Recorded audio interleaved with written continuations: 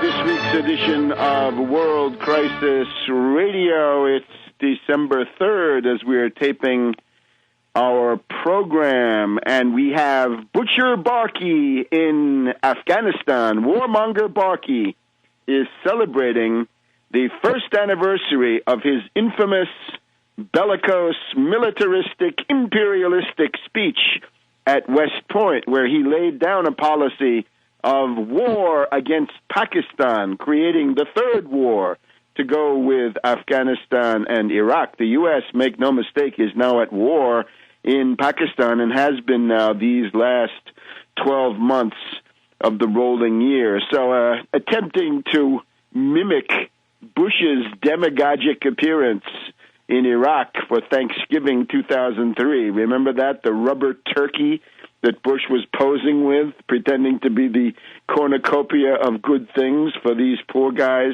and women who were over there. Well, Obama's trying to do that.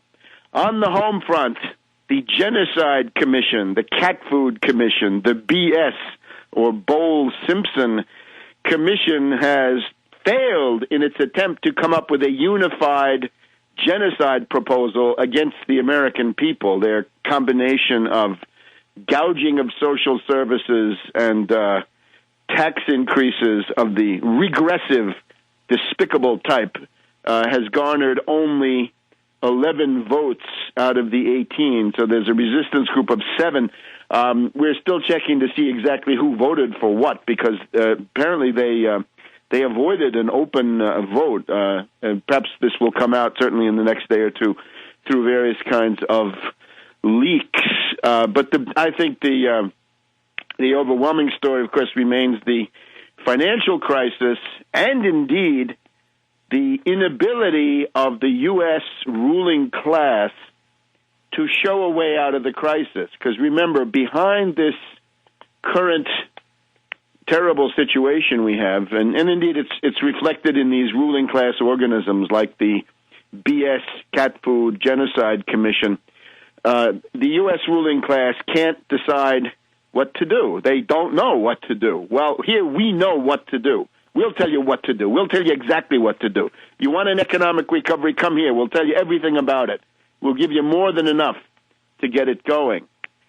Now, the really big news this week, the Federal Reserve, the infamy, the crime, the treason, the outrageous plutocracy ruled by financier elites, the paroxysm of globaloney and the casino economy, the prevalence of hot money, and derivatives über alles.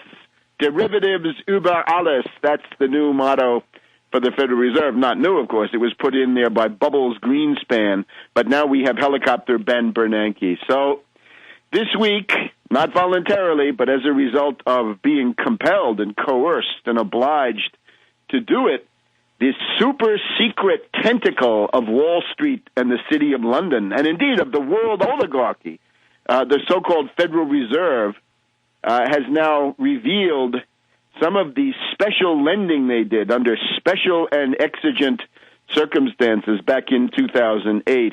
What you see here is the idea of an international cabal or cartel of finance capital which controls the Federal Reserve.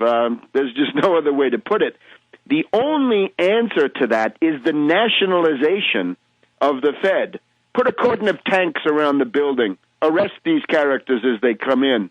Set up some concertina wire outside the door of the Fed. That's what a real president would do. Seize the institution and run it in the public interest. Don't abolish it, because otherwise that power will go by default to the same people that are controlling it today, except that they won't have any limitations whatsoever. There'll be no way to force it out into the public. You'll actually be going out of the frying pan and into the fire. No, abolishing the Fed, returning to the free market, that's an obscene joke. The free market will be signed by Jamie Dimon of J.P. Morgan Chase, Pandit the Bandit of Citibank, Moynihan of Bank of America, Blankfein of Goldman Sachs, Mack of Morgan Stanley, and the rest of the members of this cabal, this clique that runs things. Now, we want to devote full attention to this. Perhaps the leading headline, as the Financial Times of Thursday instructs us, Europe's banks tapped the Fed. Foreign financial institutions were helping themselves to cash at the same time that Detroit was struggling. There was no credit for Silicon Valley, no credit for the biotechs, no credit for the American farmer, no credit for local business, for automobile repair shops, dry cleaners, restaurants, and all kinds of other institutions which are actually productive, although on a small scale, but nevertheless have to be saved because they provide vital services, unlike derivatives merchants that provide no social function of any type. Let's look at some of the facilities. They came up with a whole alphabet soup. Now, remember, in the New Deal, you had that good alphabet soup, Agricultural Adjustment Act, AAA, WPA, Works Progress Administration, that meant jobs for 4 to 8 million people, PWA, Public Works Administration, that built the Hoover Dam, the Bonneville Dam, and other key projects of infrastructure, TVA, Tennessee Valley Authority. That was the alphabet soup that let you live and made you strong. But, of course, now in the era of toxic assets, poisonous, kited, bankrupt derivatives, we have the new alphabet soup. And the new one that we can look at first, TAF, Term Auction Facility. We have the Primary Dealer Credit Facility, PDCF. Let's look at the TAF. We'll go through this entire list of the poisonous alphabet soup that Bernanke and company came up with. TAF, Term Auction Facility. Well, who cashed in on this? Bank of America, 212 billion smackaroonies of Fed money, meaning public money. Now, of course, it's not taxpayer money. It's the fact that they have the ability to manufacture this money out of thin air, and there's nothing wrong with that. It can become a great thing in the hands of somebody like, a program like mine. But when you're doing this to bail out derivatives bandits, hedge fund hyenas, and asset strippers, and save, indeed, we're going to see, hedge funds were saved that they could come back and rip you off another day. Bear funds, right? People who, the same people who destroyed Lehman Brothers were rewarded in the crisis. They were bailed out of the crisis they themselves helped to create with public credit. This is public credit. Any government has the ability to create credit. The question is how and where does it go? But let's proceed in order. We don't want to let our indignation boil over. Bank of America cashed into the tune of $212 billion. What have they been doing for you lately? Did they give you a surcease on your foreclosure? Did they remit some of those fees? No. And indeed, Bank of America, if you look at their stock chart, it points towards only one outcome: early demise, not going to be around.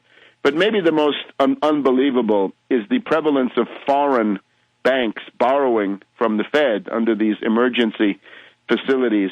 Barclays Bank, this is another ironic one. Barclays Bank was going to buy Lehman Brothers until the deadline on that fateful Sunday, 14th of September, 2008. And then, of course, this British regulator that nobody had ever heard of came out of the woodwork after a hibernation of about 3 centuries and said, no, you can't do that. You've got to have a vote of the bloody shareholders. And that, of course, was the stab in the back, the usual policy of the City of London towards Wall Street. Barclays Bank, as part of the British banking establishment that did this, was rewarded to $232 billion, $232 billion of U.S. public credit as a thank you for destroying Lehman Brothers. We'll be back in a minute.